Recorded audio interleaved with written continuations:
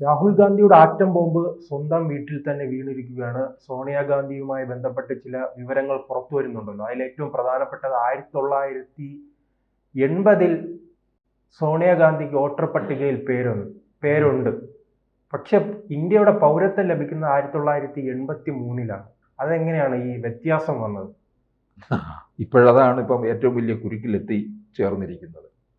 എന്തായാലും നേരത്തെ പറഞ്ഞതുപോലെ സ്വന്തം വീടിന് തന്നെ തീ കൊളുത്തുകയാണ് ചെയ്തത്.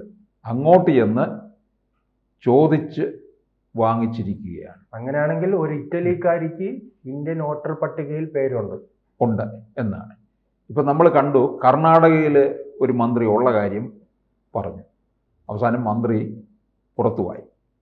അപ്പോൾ അത് കോൺഗ്രസിന്റെ തന്നെ മന്ത്രി ഒന്ന് ആലോചിച്ച് പറയുകയാണ്, കൃത്യമായി തന്നെ പറയുകയാണ്, ഇവിടെ ഭരണം നടത്തുന്നത് നമ്മളല്ലേ, അങ്ങനെയാണെങ്കിൽ ഇതിന്റെ ഉത്തരവാദിത്തം കോൺഗ്രസ് ഏറ്റെടുക്കണം, ആ സിദ്ധരാമയ്യ സർക്കാർ ഏറ്റെടുക്കണമെന്ന് കൃത്യമായി പറഞ്ഞപ്പോൾ അദ്ദേഹത്തെ പുറത്താക്കി. കരട് വോട്ടർ പട്ടിക പരിശോധിക്കേണ്ടത് നമ്മുടെ ജോലിയാണെന്നാണ് പറയുന്നത്. അപ്പൊ നോക്കിയേ, ഇവിടെ തന്നെ ഈ ഇത്തരത്തിലൊരു കാര്യം പുറത്തുവിട്ടിരിക്കുന്നത് അനുരാഗ് താക്കൂറാണ് പുറത്തുവിട്ടിരിക്കുന്നത്. 80 വോട്ടർ പട്ടികയിലാണ് സോണിയാഗാന്ധിയുടെ പേരുള്ളത്. സഫ്ദർജംഗ് റോഡിലെ 145 ബൂത്തിലെ വോട്ടറായിരുന്നു. അനധികൃത കുടിയേറ്റക്കാർക്ക് വേണ്ടിയും കള്ള വോട്ടിന് വേണ്ടിയുമാണ് കോൺഗ്രസ് ബഹളം വെച്ചുകൊണ്ടിരിക്കുന്നത്. 83 സോണിയാഗാന്ധിക്ക് ഇന്ത്യൻ പൗരത്വം കിട്ടുന്നത്. അതിനു മുൻപ് ഇവിടുത്തെ വോട്ടർ പട്ടികയിൽ സോണിയുണ്ട്. ഇതാണിപ്പോൾ ഒരു വലിയ ചോദ്യചിഹ്നമായിട്ട് കിടക്കുന്നത്. അതുപോലെ തന്നെ റായ്ബറേലിയിലെ കള്ള വോട്ടും BJP പറയുന്നുണ്ട്. ഒരാൾക്ക് 3 വോട്ടർ കാർഡ് എന്നാണ് പറയുന്നത്. 47 വോട്ടർമാർക്ക് ഒരഡ്രസ്സ്. രാഹുൽ ഗാന്ധിയുടെ മണ്ഡലത്തിലും കള്ള വോട്ടുണ്ട്. വയനാട്ടിലോ വ്യാപകമായിട്ടുണ്ട്. 52 വോട്ടർമാർക്ക് ഒരഡ്രസ്സ്. വണ്ടൂർ, ഏറനാട് മണ്ഡലങ്ങളിൽ കള്ള വോട്ട് നടന്നു. അതാണെങ്കിൽ ഇപ്പോൾ അത് സഹോദരിക്ക് ലഭിച്ചിട്ടുണ്ട്. അത് അന്ന് മുതലേ നിലനിൽക്കുന്നതാണല്ലോ. രാഹുൽ ഗാന്ധി മത്സരിച്ചത് 2019 തിരുവമ്പാടി മണ്ഡലത്തിലും കള്ള വോട്ടുണ്ട്. കൽപ്പറ്റ മണ്ഡലത്തിലും കള്ള വോട്ട് നടന്നു. സ്റ്റാലിന്റെയും അഖിലേഷ് യാദവിന്റെയും മണ്ഡലങ്ങളിൽ കള്ള വോട്ട് ആണെന്നും അനുരാഗ് താക്കൂർ പറയുന്നുണ്ട്. അപ്പൊ ഇത് കോൺഗ്രസിന് തന്നെ ഇപ്പൊ വലിയൊരു വിനയായി തീർന്നിരിക്കുകയാണ്. ഇതിനിപ്പോൾ ഇവരുടെ മണ്ഡലങ്ങളിലേക്ക് കാര്യങ്ങൾ മാറുകയാണ് ചെയ്യുന്നത്. അങ്ങനെ വരുമ്പോൾ രാഹുൽ ഗാന്ധി ഇത് പതുക്കെ ഇതെല്ലാം മടക്കി കൂട്ടി മാറ്റിവെക്കും. കുറച്ചുനാൾ ഇന്ത്യയിൽ കാണില്ല, ഇന്ത്യയിലും കാണാതാകും. എന്തെങ്കിലും പ്രശ്നങ്ങളെ അഭിമുഖീകരിക്കേണ്ടി വരുമ്പോൾ ഇദ്ദേഹം നേരെ അങ്ങ് സ്ഥലം വിടും. 19 തോൽവി സമയത്ത് ഇവിടുന്ന് പോയി, ഇതെല്ലാം എന്നെ കൊണ്ട് പറ്റത്തില്ല എന്ന് പറഞ്ഞ് കമ്പൊടിച്ചിട്ട് അങ്ങ് പോയി. പിന്നീട് അതുപോലെ പാർലമെന്റിൽ അതിപ്രധാനമായിട്ടുള്ള ചില ബില്ലുകളും എനിക്ക് തോന്നുന്നു പൗരത്വ ഭേദഗതി ബിൽ, ആ സമയത്തൊക്കെയും രാഹുൽ ഗാന്ധി ഇല്ലായിരുന്നു. അഹമ്മദാബാദില് കോൺഗ്രസിന്റെ വലിയൊരു സമ്മേളനം നടന്നപ്പോൾ പ്രിയങ്കയില്ല. അതുപോലെ വഖഫ് ഭേദഗതി, ഇതിലും ഇവരാരും തന്നെ സഭയിൽ ഉണ്ടായിരുന്നില്ല. അത് ഉണ്ടാക്കിയിരിക്കുന്ന സമയമായി. അത് അങ്ങനെ തുടർച്ചയായിട്ട് ഇങ്ങനെ ഇവിടെ നിന്ന് അങ്ങ് മാറി നിൽക്കുകയാണ് ചെയ്യുന്നത്. അപ്പൊ ഇത് കോൺഗ്രസിന് ഇപ്പം വലിയ തിരിച്ചടി ഉണ്ടാക്കിയിരിക്കുകയാണ്. കോൺഗ്രസിന് ഇതാരോ രാഹുൽ ഗാന്ധിയെ തെറ്റായ വഴികളിലൂടെ കൊണ്ടുപോകുന്നു എന്നാണ് നമ്മൾ ഇതിൽ നിന്ന് മനസ്സിലാക്കേണ്ടത്. ഇതിപ്പോൾ കൃത്യമായിട്ടല്ലേ ഇദ്ദേഹം പറഞ്ഞിരിക്കുന്ന കാര്യങ്ങൾ, ഇത്ര രീതിയിലുള്ള കള്ളവോട്ട് നടന്നിട്ടുണ്ട് എന്നുള്ളതൊക്കെ. ഇപ്പൊ പ്രത്യേകിച്ച് കർണാടകയിലെ തന്നെ കാര്യം ആദ്യം പുറത്തു വന്നു. കർണാടകയിലെ കോൺഗ്രസ് മന്ത്രി കാര്യങ്ങൾ വിശദമാക്കി കൊടുത്തു.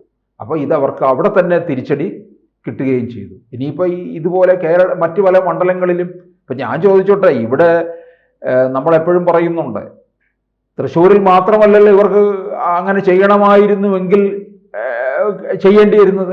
മറ്റുള്ള പല മണ്ഡലങ്ങളും ഉണ്ടല്ലോ. കേരളത്തിൽ A ക്ലാസ് മണ്ഡലങ്ങളായിട്ടുള്ള എടുത്തിട്ടുള്ള വേറെ ഉണ്ടല്ലോ. തിരുവനന്തപുരവും ആറ്റിങ്ങലും ആലപ്പുഴയിലും ഒക്കെ ഇവർക്ക് ചെയ്യാമായിരുന്നല്ലോ. എങ്കിൽ ഇവിടെ BJP വലുത രീതിയിൽ കടന്നുകയറ്റം ഉണ്ടാകത്തില്ലേ? അപ്പോൾ ഇത് കള്ള വോട്ട് ചേർക്കുന്നത് ഇവർ പറയും പോലെ കമ്മ്യൂണിസ്റ്റ് പാർട്ടിയും ഈ കോൺഗ്രസും പറയുമ്പോൾ ചെറിയൊരു സംഖ്യയല്ലല്ലോ, വലിയ രീതിയിലാണ് കള്ള വോട്ട് ചേർത്തിട്ടുള്ളതെന്നാണ് പറയുന്നത്. 30,000, 40,000. അപ്പോൾ ഈ മണ്ഡലങ്ങളിലൊന്നും കോൺഗ്രസ് CPM പ്രവർത്തകരില്ലേ? CPM പ്രവർത്തകർ മിണ്ടത്തില്ലല്ലോ, അല്ലേ? CPM പ്രവർത്തകർ എന്തെങ്കിലും ഇപ്പോൾ CPM-ന്റെ നേതാക്കന്മാരോ എന്തെങ്കിലും ആ സമയങ്ങളിൽ കള്ള വോട്ട് ചേർക്കുമ്പോൾ നമുക്ക് അറിയാൻ പറ്റുമല്ലോ. ആ സമയം എന്തായാലും വോട്ടർ പട്ടിക ഈ കൃത്യമായിട്ട് നേതാക്കളുടെ കയ്യിൽ ലഭിക്കും. അപ്പോൾ നോക്കുമ്പോൾ മനസ്സിലാകുമല്ലോ. ഇത് ശരിക്കും പറഞ്ഞു കഴിഞ്ഞാൽ ഞാൻ ചോദിക്കട്ടെ, CPM-നൊക്കെ കൃത്യമായിട്ട് അറിയാവുന്നതാണ് ഒരു ബൂത്തിൽ എത്ര പേരുണ്ടെന്നും ആ ബൂത്തിലുള്ള ആൾക്കാരെ കുറിച്ചൊക്കെ കൃത്യധാരണയുമുണ്ട്. അങ്ങനെയുള്ളവരായിരിക്കുമല്ലോ അവിടെ ബൂത്ത് ഏജന്റന്മാരായിട്ടും കൃത്യധാരണയുണ്ട്. ഇവർ ആർക്കാണ് വോട്ട് ചെയ്യുന്നതിനെ കുറിച്ച് ധാരണയുണ്ട്. അതുകൊണ്ടാണല്ലോ അവർ തിരഞ്ഞെടുപ്പ് കഴിഞ്ഞിട്ട് വിലയിരുത്തുന്നത്. ഞങ്ങൾക്ക് ഇത്ര വോട്ട് ലഭിക്കും, മറ്റേ പാർട്ടികൾക്ക് ഇത്ര വോട്ട് ലഭിക്കും, ഇത്ര ഭൂരിപക്ഷത്തിന് ഞങ്ങൾ ജയിക്കുമെന്ന ഒരു വിലയിരുത്തലുണ്ടല്ലോ. ആ വിലയിരുത്തലിൽ പോലും അവർക്ക് കണ്ടെത്താൻ കഴിയില്ല. എത്ര വോട്ട് ഇന്ന ബൂത്തിൽ നിന്ന് ഇത്ര വോട്ട് ചോർന്നു പോയി എന്നുള്ളതും അവർ കൃത്യമായിട്ട് മനസ്സിലാക്കും. അങ്ങനെയാണല്ലോ ഇവർ 2024 ലോക്സഭാ തെരഞ്ഞെടുപ്പില് ഈഴവ വിഭാഗത്തിന്റെ വോട്ട് പോയി ചോർന്നു എന്നുള്ളത് ഇവരെങ്ങനെ മനസ്സിലാക്കുന്നത്? അതാ അവരുടെ ഒരു കേഡർ സംവിധാനമാണ്. അത്തരത്തിൽ കാര്യങ്ങൾ മുമ്പോട്ട് കൊണ്ടുപോകുന്നുള്ളതാണ്. ഇപ്പൊ നമ്മൾ വോട്ട് ചെല്ലാൻ ആ ബൂത്തിൽ ചെല്ലുമ്പോൾ തന്നെ അവിടെ ഇരിക്കുന്ന CPM-ന്റെ ഏജന്റിന് മനസ്സിലാകും ഇത്. പിന്നെ ചിലത് മാത്രം ഏതാണെന്ന് ഇവർക്ക് പിടുത്തം കിട്ടാതെ നിൽക്കുന്നത് ഉണ്ടാകും. ആടി നിൽക്കുന്ന ചില വോട്ടുകളുണ്ട്. അതിൽ മാത്രമേ ഉള്ളൂ. ബാക്കി കാര്യങ്ങളിൽ കൃത്യതയുണ്ടെന്നുള്ളതാണ്. അപ്പോൾ അങ്ങനെ ഉണ്ടായിരുന്നുവെങ്കിൽ ഇവർക്കത് ചോദ്യം ചെയ്യപ്പെടാമായിരുന്നല്ലോ. അന്നേരം ഒന്നും തന്നെ ഇല്ലല്ലോ. അപ്പൊ CPM എന്താണ് ചോദ്യം ചെയ്യാത്തത്? വലുതും കള്ള വോട്ട് ചെയ്യുന്നതിൽ ഏറ്റവും വലിയ ബിരുദന്മാരെന്ന് പറയുന്നത് എപ്പോഴും ആരാണ് വന്നിട്ടുള്ളത്? കേരളത്തിലെ CPM ആണ്. കണ്ണൂർ ഭാഗത്തൊക്കെ ചെന്ന് നമുക്കറിയാം, അവിടെയൊക്കെ കള്ള വോട്ട് വ്യാപകമായിട്ട്. പിന്നെ ഈ ഇലക്ഷൻ ID കാർഡും മറ്റുമൊക്കെ വന്നു കഴിഞ്ഞപ്പോൾ ഇതിനകത്തൊരു മാറ്റം സംഭവിച്ചു എന്നുള്ളതാണ്. പക്ഷെ ഇതിനെ ഒന്നും അവർക്ക് കോൺഗ്രസ്സുകാർക്ക് അങ്ങോട്ട് ഉൾക്കൊള്ളാൻ കഴിയുന്നില്ല. ഇപ്പൊ ഇലക്ട്രോണിക്സ് വോട്ടിംഗ് യന്ത്രം വന്നപ്പോഴും ഇവർ തന്നെയാണല്ലോ ഇതിനെ പഴിയാരിക്കൊണ്ടിരുന്നത്. കുറ്റം അതിൻ്റെതാണ്, അതുവഴി എന്തോ അഴിമതി നടന്നിട്ടുണ്ട്, അതായത് വോട്ട് മറിക്കുന്നുണ്ട് അതിനകത്തൂടെ എന്നുള്ള രീതിയിൽ വന്നു. പക്ഷേ കൃത്യമായ കാര്യം ഇവർക്ക് കണ്ടെത്താനായിട്ടും കഴിഞ്ഞില്ല എന്നുള്ളതാണ്. അല്ല, ഈ ആറ്റം ബോംബ് ഇനി അതിനെ സ്വന്തം അമ്മയെ ന്യായീകരിക്കേണ്ട ഗതികേടിലേക്ക് മാറിയിട്ടുണ്ടായിരുന്നു. അതുകൊണ്ടല്ലേ ഇനിയിപ്പം ഈ സോണിയാഗാന്ധിയെ സംരക്ഷിക്കേണ്ടത്. പിന്നെ അതുപോലെ ഇനിയിപ്പോൾ ഇവരുടെ ഈ കുലം മുഴുവൻ ഇനി അന്വേഷിച്ച് പറക്കേണ്ടി വരുമെന്നുള്ളതാണ്. അപ്പൊ ഇവർ കോൺഗ്രസ്സുകാരും ഇത് ചെയ്തിട്ട് ഇങ്ങനെ ഇത്തരത്തിലുള്ള കാര്യങ്ങളായിരുന്നു ചെയ്തിരുന്നത് എന്നുള്ളതാണ്.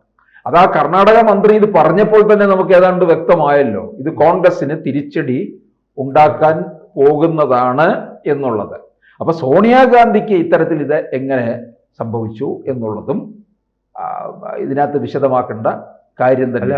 അതൊരു അന്വേഷണം ആരംഭിക്കേണ്ടിയിരിക്കുന്നു അല്ലേ? കാരണം ഇറ്റലി പൗരത്വമുള്ള ഒരു സ്ത്രീ ഇന്ത്യയിൽ വോട്ട് ചെയ്തിട്ടുണ്ടോ എന്ന് പരിശോധിക്കണമല്ലോ. അതുമായി ബന്ധപ്പെട്ട് ഇനി ചിലപ്പോൾ ഒരു അന്വേഷണം നടക്കാനുള്ള സാധ്യത, അന്വേഷണത്തിലേക്ക് പോകാനുള്ള സാധ്യതയുണ്ട്. അന്വേഷണത്തിലേക്ക് പോകുമ്പോൾ തന്നെ മറ്റു പലതും ഇതുപോലെ പുറത്തേക്ക് വരികയും ചെയ്യും എന്നുള്ളതാണ്.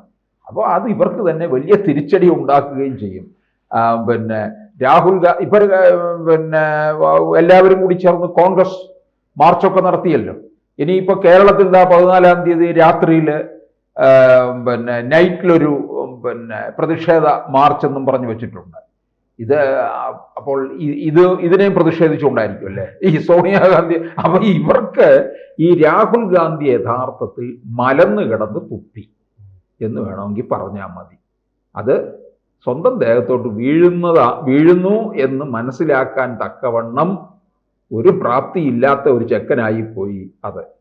കൂടുതൽ വാർത്തകളും വിശേഷങ്ങളും നിങ്ങളിലേക്ക് എത്താൻ ABC മലയാളം സബ്സ്ക്രൈബ് ചെയ്യുക, ബെൽ ബട്ടണും അമർത്തുക.